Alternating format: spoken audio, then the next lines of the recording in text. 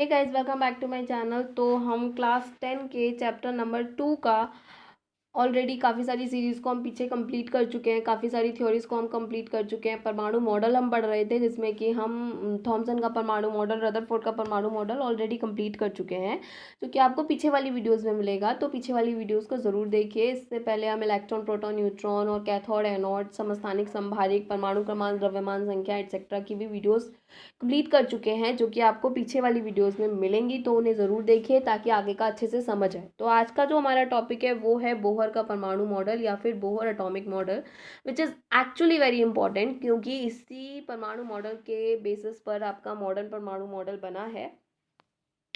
तो ये बहुत ज़्यादा इंपॉर्टेंट है। इसने रदरफोर्ड की मॉडल की कमियों को कंप्लीट करने की कोशिश की थी और कंप्लीट किया भी था काफ़ी हद तक। तो आज हम इस परमाणु मॉडल को पढ़ते हैं। तो आज का हमारा टॉपिक बोहर का परमाणु मॉडल। तो सन 1913 में नील्स बोहर ने परमाणु संरचना का क्वांटम यांत्रिकी मॉडल प्रस्तुत किया था। ये इनका क्वांटम यांत्रिकी मॉडल के नाम से जाना जाता है, ये परमाणु मॉडल। तो जो कि निम्न प्रकार है, और वो किस प्रकार है। पहला पॉइंट है कि परमाणु में छोटा सा, भारी और धनावेशित नाभिक होता है। ये हम पहले भी पढ़ चुके हैं कि परमाणु के अंदर जो नाभिक होता है वो उसके केंद्र में उपस्थित होता है, बीचों बीच में उपस्थित होता है। और समस्त द्रव्यमान जो होता है, समस्त भार जो होता है, वो भी नाभिक के अंदर उपस्थित होता है। तो ऑब्वियसली वो भारी होता है, जो कि परमाणु के केंद्र में उपस्थित होता है। इतना हम पहले भी पढ़ चुके हैं कि परमाणु बहुत छोटा होता है, उसके बीचों बीच में उसका सारा द्रव्यमान उपस्थित रहता है। रदरफोर्ड ने जब नाभिक की खोज की थी तो ये बता दिया था। और वो धनावेशित भी होता है और वो भारी होता है, क्योंकि उसमें सारा द्रव्यमान होता है, इसलिए वो भारी भी होता है। दूसरी चीज़, इसके चारों ओर इलेक्ट्रॉन वृत्ताकार कक्षाओं में चक्कर लगाते रहते हैं। ये बात भी बिल्कुल सही है कि इलेक्ट्रॉन जो होते हैं वो नाभिक के चारों ओर वृत्ताकार कक्षाओं में चक्कर लगाते हैं। ये बात रदरफोर्ड ने भी बता दी थी और बोहर ने भी इसको अपने परमाणु मॉडल में यूज़ किया। इसके बाद नेक्स्ट चीज़ जो इन्होंने बोली थी, जो कि रदरफोर्ड के परमाणु मॉडल की कमी थी, वो कमी ये थी कि रदरफोर्ड से ये पूछा गया था, क्या इलेक्ट्रॉन के चारों तरफ कक्षाएं कितनी संभव हैं, कितनी कक्षाएं होंगी। और अगर बहुत सारी कक्षाएं हैं तो क्या सारी कक्षाओं में इलेक्ट्रॉन चक्कर लगाते हैं। ऐसा क्वेश्चन रदरफोर्ड से किया गया था, जो रदरफोर्ड नहीं बता पाए थे, और इसी कारण उनका परमाणु मॉडल फेलियर हो गया था। और ये उनके परमाणु मॉडल के फेल होने का एक रीज़न भी था। तो हमको बोहर ने बताया कि परमाणु के नाभिक के चारों ओर अनेक वृत्ताकार कक्षाएं संभव है। बहुत सारी वृत्ताकार कक्षाएं परमाणु के चारों ओर हो सकती हैं। परमाणु के नाभिक के चारों ओर बहुत सारी वृत्ताकार कक्षाएं हो सकती हैं, ये बात बिल्कुल सही है। परंतु सभी वृत्ताकार कक्षाओं में इलेक्ट्रॉन चक्कर लगाएं, ये संभव नहीं है। परंतु ऐसा संभव नहीं है कि सारी वृत्ताकार कक्षाओं में इलेक्ट्रॉन चक्कर लगा रहे हो, नहीं। वो वो कुछ ही वृत्ताकार कक्षाओं में चक्कर लगा रहे होंगे। और जिन कक्षाओं में वो चक्कर लगाते हैं या जिन कक्षाओं में वो घूमते हैं, उन्हें स्थायी कक्षाएं या स्थिर कक्षाएं कहते हैं। पहली चीज, परमाणु के नाभिक के चारों ओर बहुत सारी वृत्ताकार कक्षाएं होना संभव है, लेकिन सभी कक्षाओं में इलेक्ट्रॉन चक्कर लगाएं, ऐसा संभव नहीं है। वे कुछ निश्चित कक्षाओं में ही चक्कर लगाते हैं, कुछ निश्चित कक्षाओं में ही घूमते हैं, और उन कक्षाओं को हम स्थायी या स्थिर कक्षाएं कहते हैं। किसी एक निश्चित कक्षा में सॉरी घूमने वाले सभी इलेक्ट्रॉन की ऊर्जा सदैव समान होती है। सपोज कर लीजिए ये नाभिक है, नाभिक के चारों ओर ये वृत्ताकार कक्षाएं हैं, और इस कक्षा के अंदर दो इलेक्ट्रॉन चक्कर लगा रहे हैं। तो इन दोनों इलेक्ट्रॉनों की ऊर्जा में अंतर हो, ये नहीं हो सकता। इन दोनों इलेक्ट्रॉनों की ऊर्जाएं समान होंगी। जब एक निश्चित कक्षा में चक्कर लगा रहे हैं, मतलब एक ही कक्षा में चक्कर लगा रहे हैं, तो इन दोनों की ऊर्जा समान होंगी। इसमें जो चक्कर लगाएंगे उनकी ऊर्जा एक समान होंगी। ऐसा नहीं होगा कि इसमें चक्कर लगाने वाले दोनों इलेक्ट्रॉनों की ऊर्जाएं डिफरेंट डिफरेंट होंगी, नहीं। दोनों इलेक्ट्रॉनों की ऊर्जाएं समान समान होंगी। तो एक कक्षा में उपस्थित इलेक्ट्रॉनों की ऊर्जाएं जो होंगी वो समान होंगी। नेक्स्ट पॉइंट, स्थायी कक्षाओं में चक्कर लगाते समय इलेक्ट्रॉन ना तो ऊर्जाओं का अवशोषण करते हैं, ना ही उत्सर्जन। जब तक इलेक्ट्रॉन स्थायी कक्षाओं में रहते हैं तब तक वो ना तो ऊर्जाओं का अवशोषण करते हैं, अवशोषण मतलब ना तो वो ऊर्जा को लेते हैं, और ना उत्सर्जन मतलब ना ऊर्जा को निकालते हैं। इसके बाद नेक्स्ट क्वेश्चन। अब क्वेश्चन ये था ना कि इलेक्ट्रॉन चक्कर लगाते हैं, वो भी हमको समझ आ गया। इलेक्ट्रॉन वृत्ताकार कक्षाओं में संभव होते हैं, वो भी हमको समझ आ गया। कुछ ही वृत्ताकार कक्षाओं में संभव होते हैं, ये भी हमको समझ आ गया। पर वो उन्हीं वृत्ताकार कक्षाओं में संभव क्यों है, मतलब आपने पढ़ा कि इलेक्ट्रॉन नाभिक के चारों ओर बहुत सारी कक्षाओं में चक्कर लगाते हैं, बहुत सारी कक्षाएं हो सकती हैं, और वो सारी कक्षाओं में चक्कर नहीं लगाते, वो कुछ ही कक्षाओं में चक्कर लगाते हैं। ये भी आपने बोहर के परमाणु मॉडल से पढ़ लिया। पर वो उन्हीं कक्षाओं में चक्कर क्यों लगा रहे हैं, वो किसी और कक्षा में चक्कर क्यों नहीं लगा रहे हैं? तो इसके लिए बोहर ने बोला कि इलेक्ट्रॉन केवल उन्हीं वृत्ताकार कक्षाओं में चक्कर लगाते हैं जिनका कोणीय संवेग mvr = nh/2π होता है। सिर्फ इन्हीं वृत्ताकार कक्षाओं में चक्कर लगाते हैं, और किसी वृत्ताकार कक्षाओं में चक्कर नहीं लगाते हैं। और जिनका कोणीय संवेग इतना है उन्हीं को हम स्थायी कक्षाएं या स्थिर कक्षाएं बोल रहे हैं। तो यहाँ पर m क्या है, यहाँ पर m इलेक्ट्रॉन का द्रव्यमान है, v क्या है, v कण का वेग है, r क्या है, कक्षा की त्रिज्या है, h क्या है, h एक प्लांक नियतांक है। प्लांक नाम के साइंटिस्ट ने ये आपको थ्योरी दी थी, तो उनके नाम पर ये है जिसकी वैल्यू इतनी दी रखी है। और n यहाँ पर पूर्णांक है, उस कक्षा की संख्या है कि 1 2 3 किस कक्षा में है, ये उस कक्षा की संख्या है यहाँ पर। तो जिन कक्षाओं का कोणीय संवेग इतना होता है, सिर्फ उन्हीं कक्षाओं में इलेक्ट्रॉन चक्कर लगाते हैं, और किसी कक्षा में इलेक्ट्रॉन चक्कर नहीं लगाते हैं, उन्हें ही स्थायी कक्षाएं बोलते हैं। ओके, नेक्स्ट, ऊर्जा के अवशोषण या उत्सर्जन में इलेक्ट्रॉन अपनी कक्षा बदल सकता है। जब उसको इलेक्ट्रॉन को अपनी ऊर्जा का अवशोषण करना है या उत्सर्जन करना है, उस टाइम पर वो अपनी कक्षा को चेंज करेगा, उससे पहले वो अपनी कक्षा को चेंज नहीं करेगा। आपने अभी पढ़ा कि जब वो स्थायी कक्षा में है, जब वो अपनी कक्षा में है, तो वो इलेक्ट्रॉन का ना तो उत्सर्जन कर सकता है और ना ही अवशोषण कर सकता है। अब उसे अगर अपनी ऊर्जा का उत्सर्जन करना है या अवशोषण करना है, तो उसे अपनी कक्षा चेंज करनी पड़ेगी, तो उसे अपनी कक्षा को छोड़ना पड़ेगा, तभी वो अपनी कक्षा का अपना ऊर्जा का अवशोषण या उत्सर्जन कर पाएगा।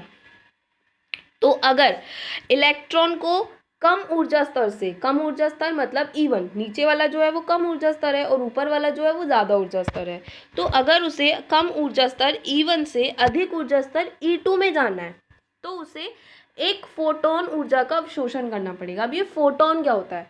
फोटोन ऊर्जा का बंडल होता है, मतलब ऊर्जा की एक क्वांटिटी है जिसको उन्होंने एक पैकेट के अंदर बंद कर दिया है, और उस पैकेट को हम फोटोन कहते हैं। जैसे कि सूर्य, ऐसा नहीं है कि सूर्य हमें पूरे दिन भर रोशनी देता रहता है, इतना फालतू भी नहीं है वो, उसके पास बहुत सारे काम है करने के लिए, तो वो हमको पूरे दिन रोशनी नहीं देता रहता। वो क्या करता है, वो पृथ्वी पर ऊर्जा के छोटे छोटे बंडल्स या छोटे छोटे पैकेट डिलीवर करता रहता है, जो कुछ टाइम तक पृथ्वी पर ऊर्जा देते हैं। उसके बाद जब वो पैकेट खत्म होने वाला होता है, तब दूसरा पैकेट आ जाता है, फिर वो एनर्जी देता रहता है। तो इस तरीके से छोटे छोटे पैकेट्स आते हैं ऊर्जा के, छोटे छोटे बंडल्स आते हैं ऊर्जा के, इसी को फोटोन कहते हैं, उस बंडल को ही हम फोटोन कहते हैं। तो उसने भी बोला कि जब इलेक्ट्रॉन को कम ऊर्जा स्तर से अधिक ऊर्जा स्तर में जाना है, तो उसे एक फोटोन का अवशोषण करना होगा। मतलब कम से ज़्यादा में जाओगे तो एनर्जी लेनी पड़ेगी, और अगर ज़्यादा से कम में जाओगे तो एनर्जी निकालनी पड़ेगी। अब अगर छोटे से बड़ा काम करना है तो क्या करना पड़ेगा, एनर्जी ज़्यादा लेनी पड़ेगी, और बड़े से छोटा करना है तो एनर्जी कम लेनी पड़ेगी। जैसे अगर सीढ़ियाँ चढ़ते हो तो एनर्जी ज़्यादा लगती है, और सीढ़ियाँ उतरते हो तो एनर्जी कम लगती है। इसी तरीके से जब उसे नीचे से ऊपर जाना है तो उसको एनर्जी ज़्यादा लगेगी, तो उसे फोटोन का अवशोषण करना पड़ेगा, और जब उसे ऊपर से नीचे जाना है तो एनर्जी कम लगेगी, तो उसे फोटोन का उत्सर्जन करना पड़ेगा, मतलब उसे फोटोन को निकालना पड़ेगा। तो इसने यहाँ पर बोला कि ऊर्जा का अवशोषण या उत्सर्जन इलेक्ट्रॉन अपनी कक्षा में बदलने टाइम करता है, और इलेक्ट्रॉन को कम ऊर्जा स्तर से अधिक ऊर्जा स्तर में जाना है तो उसे एक फोटोन का अवशोषण करना होगा, और यह उत्सर्जित या अवशोषित फोटोन जो होता है वो h के बराबर होता है। इसकी ऊर्जा कितनी होती है, h के बराबर होती है। इट मीन्स डेल्टा ई, मतलब टोटल ऊर्जा कैसे निकलेगी, टोटल ऊर्जा निकालने के लिए क्या करोगे कि E2 में जितनी ऊर्जा है और E1 में जितनी ऊर्जा है उसको अगर हम माइनस कर देते हैं तो हमारा डेल्टा ई निकल आता है, और यही h के बराबर होता है। इसके बाद इसी प्रकार जब उच्च ऊर्जा स्तर से नीचे ऊर्जा स्तर में जाएगा, तब वो एक फोटोन का उत्सर्जन करेगा, तब उसे एक फोटोन को छोड़ना पड़ेगा, क्योंकि उसे अब ऊपर से नीचे जाना है। ठीक है, नेक्स्ट और लास्ट पॉइंट कि नाभिक द्वारा इलेक्ट्रॉन पर लगाया गया आकर्षण बल इलेक्ट्रॉन पर लगने वाले अपकेंद्र बल के बराबर होता है। इसीलिए नाभिक बैलेंस्ड होता है, इसीलिए परमाणु बैलेंस्ड होते हैं। क्यों होते हैं? क्योंकि नाभिक इलेक्ट्रॉन की तरफ जितना आकर्षण बल लगाते हैं, नाभिक पॉजिटिव है और इलेक्ट्रॉन नेगेटिव है, तो पॉजिटिव नेगेटिव की तरफ, मतलब नाभिक इलेक्ट्रॉन की तरफ जितना आकर्षण बल लगाते हैं, इलेक्ट्रॉन भी नाभिक की तरफ उतना ही अपकेंद्र बल लगाता है, उसको दूर खिसकाता है। तो उस वजह से जो परमाणु है वो बैलेंस रहता है और वो कभी गिरता नहीं है। अभी बोहर के परमाणु मॉडल की कुछ सीमाएं या कुछ कमियां रह गई थी। तो वो कमी पहली ये थी कि जो बोहर थे उन्होंने स्पेक्ट्रम की व्याख्या करी थी। बोहर ने हाइड्रोजन के स्पेक्ट्रम की व्याख्या करी है, जो एक्चुअल में बहुत अच्छा है और बहुत इंपॉर्टेंट भी है। आपके फिजिक्स में भी है, 12th क्लास में, बहुत इंपॉर्टेंट और बहुत अच्छे तरीके से फिजिक्स में ही डिस्क्राइब किया गया है, केमिस्ट्री में इतना डिस्क्राइब भी नहीं किया गया है।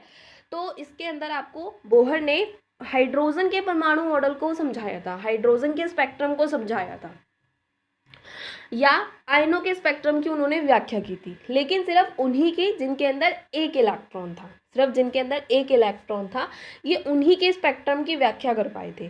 लेकिन बहु इलेक्ट्रॉन, मतलब जिनके अंदर एक से ज़्यादा इलेक्ट्रॉन हैं, उनके स्पेक्ट्रम की व्याख्या ये नहीं कर पाए थे। तो इसलिए ये भी इनके परमाणु मॉडल का एक फेलियर रहा था कि ये एक इलेक्ट्रॉन वाले स्पेक्ट्रम की व्याख्या कर पाए, लेकिन जिनमें एक से ज़्यादा इलेक्ट्रॉन है ये उनके स्पेक्ट्रम की व्याख्या नहीं कर पाए।